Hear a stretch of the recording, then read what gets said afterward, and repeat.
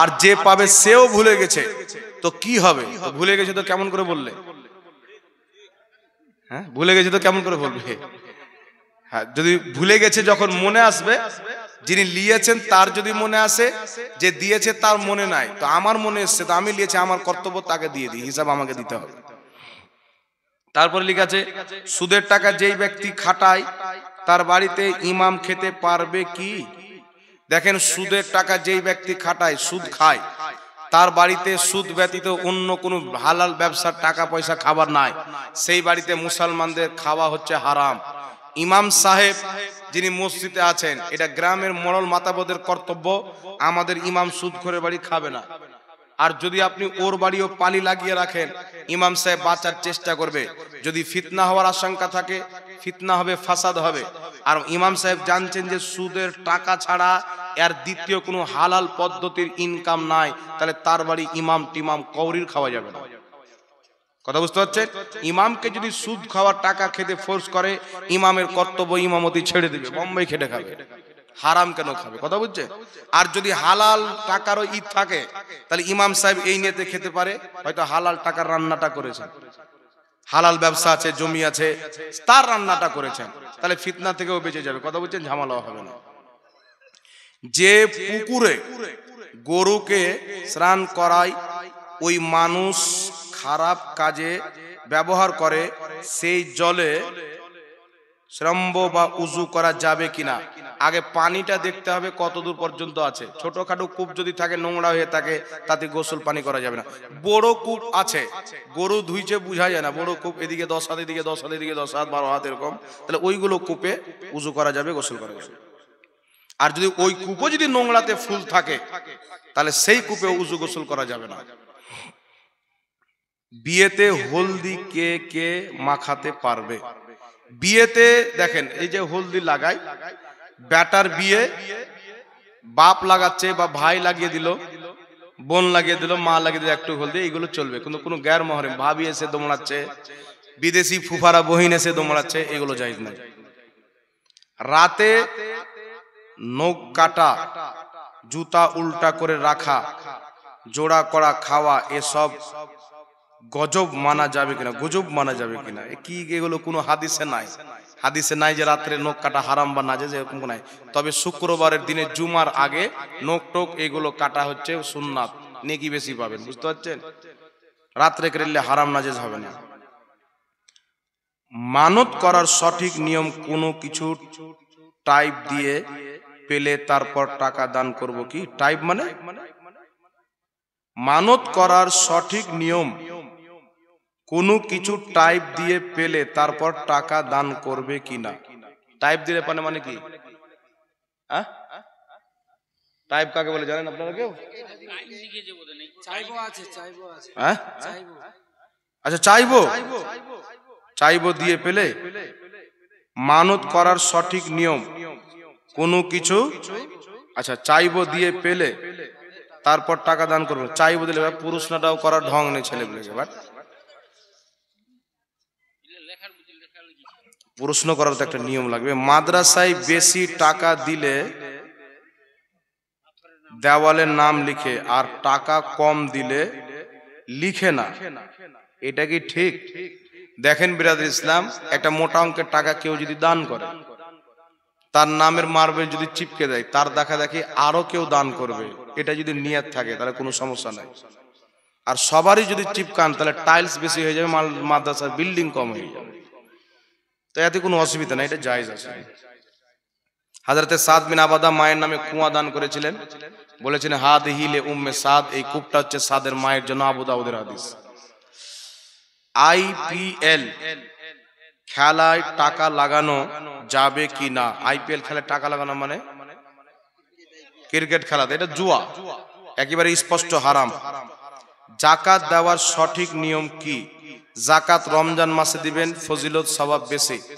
52.5 তোলা চাঁদি বা তার সমতুল্য টাকা বা সোনা আছে, কিছু টাকা আছে, মিলিয়ে 52.5 তোলা চাঁদির দাম যদি হয়ে যায়, আপনার প্রতি যাকাত হয়ে যাবে ফরজ। বছরে আপনি 1 লাখ, 2 লাখ, 5 লাখ কামালেন, খরচ করে বছরে যেই টাকাটা আপনার বাঁচবে সেই টাকাটা থেকে 1 লাখ বাঁচে তো 2500, 2 লাখ বাঁচে তো 5000 টাকা আপনার প্রতি যাকাত বের করা হচ্ছে জরুরি। কথা বুঝতে পেরেছেন?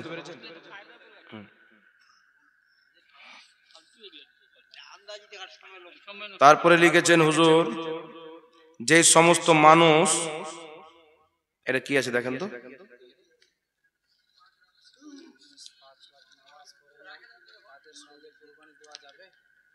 চালিসা করা যাবে কি না যুক্তি সহ বলেন।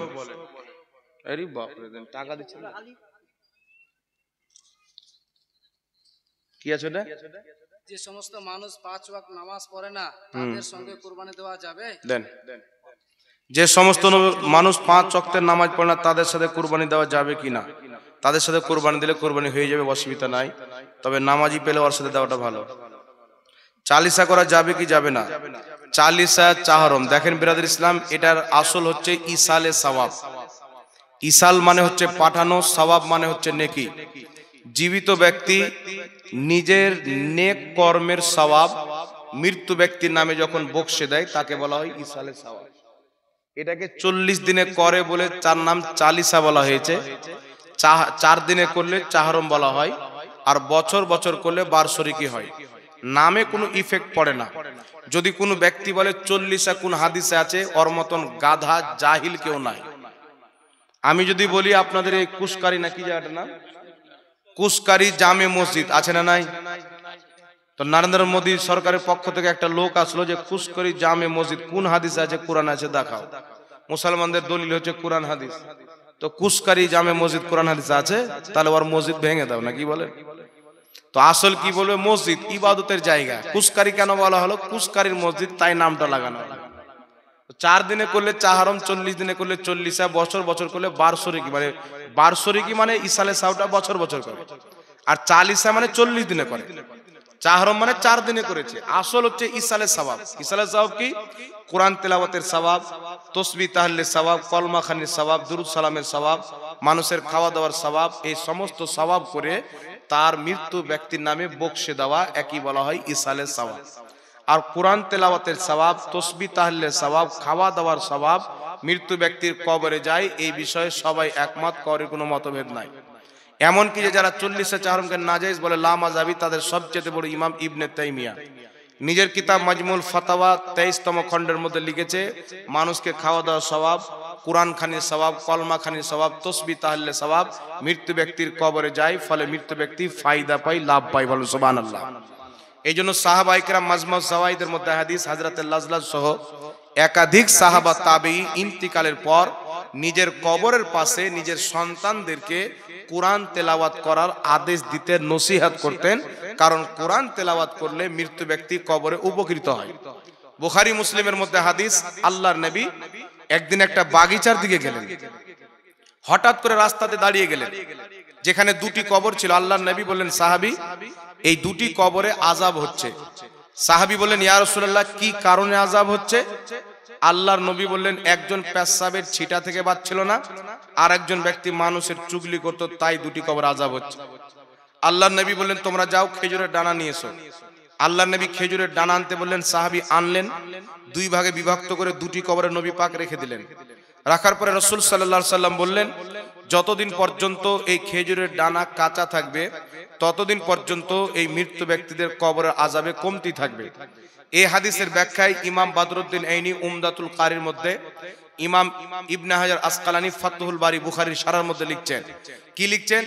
যতদিন পর্যন্ত খেজুরের ডানা পাতা কাঁচা থাকবে ততদিনই কেন আযাব কমতি থাকবে? তো লিখছেন, কোরআন পাকে আল্লাহ বলেছেন, সাব্বাহা লিল্লাহি মা ফিস সামাওয়াতি ওয়াল আরদ, জমিন আসমানে যা কিছু আছে আল্লাহর তাসবিহ পাঠ করে। যতদিন পর্যন্ত খেজুরের ডানা পাতা কাঁচা থাকবে আল্লাহর তাসবিহ পাঠ করবে, আর খেজুরের পাতার পাঠ করা তাসবিহ মৃত্যু ব্যক্তির কবরে যাবে, ফলে মৃত্যু ব্যক্তি উপকৃত হবে। বলে সুবহানাল্লাহ। ইমাম বদরুদ্দিন আইনি লিখছেন উমদাতুল কারির মধ্যে, যদি খেজুরের পাতার পাঠ করা তাসবিহতে মৃত্যু ব্যক্তির কবরে আযাব হয়, যখন মানব জাতি মৃত্যু ব্যক্তির নামে ইসালে সওয়াবের জন্য কোরআন তেলাওয়াত করবে, তাসবিহ তাহলিল করবে, অবশ্যই তার সওয়াব মৃত্যু ব্যক্তির কবরে যাবে, ফলে আল্লাহ পাক তার কবরের আযাবকে বন্ধ করে দিবে। জোরে বলুন সুবহানাল্লাহ। এই জন্য ইমাম ইবনে কোদামা আল মুগনি কিতাবের ৫ম খণ্ডের মধ্যে লিখেছেন, যুগ যুগ থেকে মুসলমান মানুষ যখন মারা যায়, যারা কোরআন তেলাওয়াত করতে জানে তাদেরকে ডেকে কোরআন তেলাওয়াত করে সওয়াবটা বকশে দেয়, আর সেই সওয়াব মুর্দার কবরে যায়। ইজমাউল মুসলিমিন, এই বিষয়ে সমস্ত মুসলমান একমত। জোরে বল সুবহানাল্লাহ। ইমাম জালালউদ্দিন সিউতি রহমাতুল্লাহ আলাইহি শারহুস সুদূর কিতাবের মধ্যে লিখেছেন, মানুষকে ডেকে জমা হয়ে ইসালে সওয়াবের জন্য কোরআন পাঠ করা অবশ্যই